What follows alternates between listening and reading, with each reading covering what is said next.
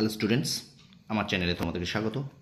2026 মাধ্যমিক পরীক্ষার্থীদের জন্য বাংলা ক্লাস আমি পড়ছিলাম প্রবন্ধ হারিয়ে যাওয়া কালিকলম, এবং এটি শেষ পর্ব, আর একটুখানি বাকি আছে। ঠিক আছে, ভিডিওটা প্রথম থেকে শেষ পর্যন্ত দেখবে। আমি কিন্তু পুরো ভিডিওটা মানে এই যে প্রবন্ধটা হারিয়ে যাওয়া কালিকলম রিডিং পড়েছি, এবং রিডিং পড়ার সাথে সাথে আমি কিন্তু কোথা থেকে শর্ট প্রশ্ন আসবে সেগুলো কিন্তু তোমাদের সাথে আমি আলোচনা করেছি। ঠিক আছে, তো চলো ভিডিওটা শুরু করি। আর অবশ্যই তোমরা আমার চ্যানেলটা শেয়ার করো, সাবস্ক্রাইব করো চ্যানেলটা, আর পাশে থাকা বেল আইকনে প্রেস করে দাও। চলো শুরু করছি। প্রবন্ধ হারিয়ে যাওয়া কালিকলম, শ্রীকান্তের লেখা। চলো বলতে থাকো, একদম শেষ অংশ। ঠিক আছে, আজকে শেষ হয়ে যাবে, এই ভিডিওতে শেষ হয়ে যাবে। অন্যরা প্রায় সবাই লিখছেন কলমে, অবশ্য ফাউন্টেন পেন কিংবা বল পেনে সম্ভবত শেষ পর্যন্ত নিবের কলমের মান মর্যাদা বাঁচিয়ে রেখেছেন একমাত্র সত্যজিৎ রায়। তাহলে নিবের কলমের মান মর্যাদা বাঁচিয়ে রেখেছেন কে? না, সত্যজিৎ রায়। তাঁর অনেক সুস্থ সুন্দর নেশার একটি ছিল লিপি শিল্প। তাহলে কার একটি সুন্দর সস্তার নেশার একটি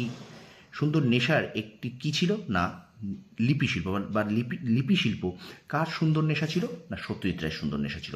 আমি কিন্তু রিডিং পড়ার সাথে সাথে কিন্তু আমি শর্ট প্রশ্নগুলো কিন্তু তোমাদের সামনে আলোচনা করছি। দেখো, তার হাতে লেখার কুশলতার সঙ্গে অন্যান্য শিল্পকর্মের সম্পর্ক থাকা খুবই সম্ভব।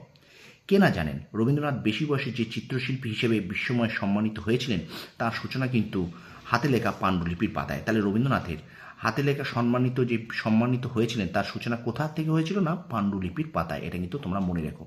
অক্ষর কাটাকুটি করতে গিয়ে আনমনে রচিত হয়েছিল ছন্দবদ্ধ সাদা কালো ছবি। কম্পিউটারে নাকি ছবি আঁকতে পারে, কিন্তু সে ছবি কতখানি যন্ত্রের আর কতখানি শিল্পীর।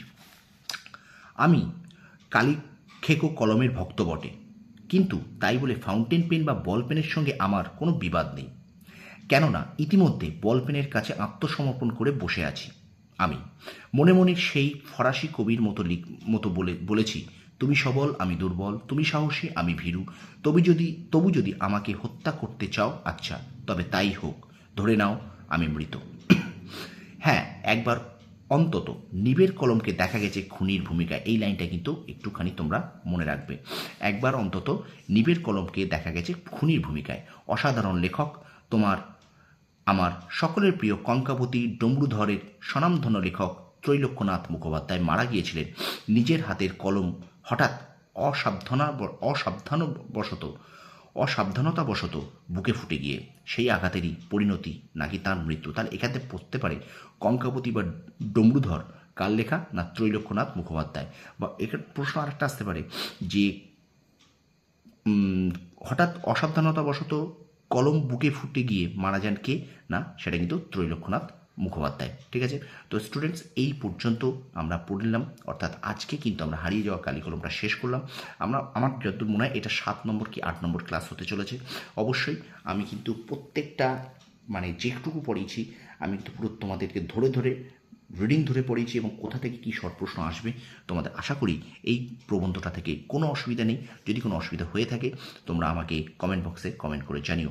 আর অবশ্যই আমি এবার নিয়ে আসছি হারিয়ে যাওয়া কালিকলম এই প্রবন্ধ থেকে শর্ট প্রশ্ন আকারে কিছু প্রশ্ন তোমাদের সামনে, এবং তারপরে আমি নিয়ে আসবো তোমাদের জন্য এখান থেকে যে বড় কোশ্চেনগুলো আসতে পারে আগামী বছর। ঠিক আছে, আর তোমাদের একটা সব থেকে বড় কথা বলছি, আগামী শনিবার কিন্তু তোমাদের ফার্স্ট ইউনিট টেস্ট ভূগোলের সাজেশান আসতে চলেছে। 2 নম্বরের মার্কসের যে প্রশ্নগুলো আসবে, এবং সঙ্গে তারপরে রবিবার দিন আমি নিয়ে আসবো 5 নম্বরের প্রশ্নের জন্যে। তোমরা অবশ্যই আমার চ্যানেলটা শেয়ার করো, সাবস্ক্রাইব করো, পাশে থেকে বেল আইকনটি প্রেস করে রেখো। আমি কিন্তু তোমাদের জন্য কন্টিনিউ ক্লাস দিচ্ছি। অবশ্যই তোমরা ক্লাসগুলো ফলো করো। আমি আশা করি তোমরা এখান থেকে উপকৃত হবে।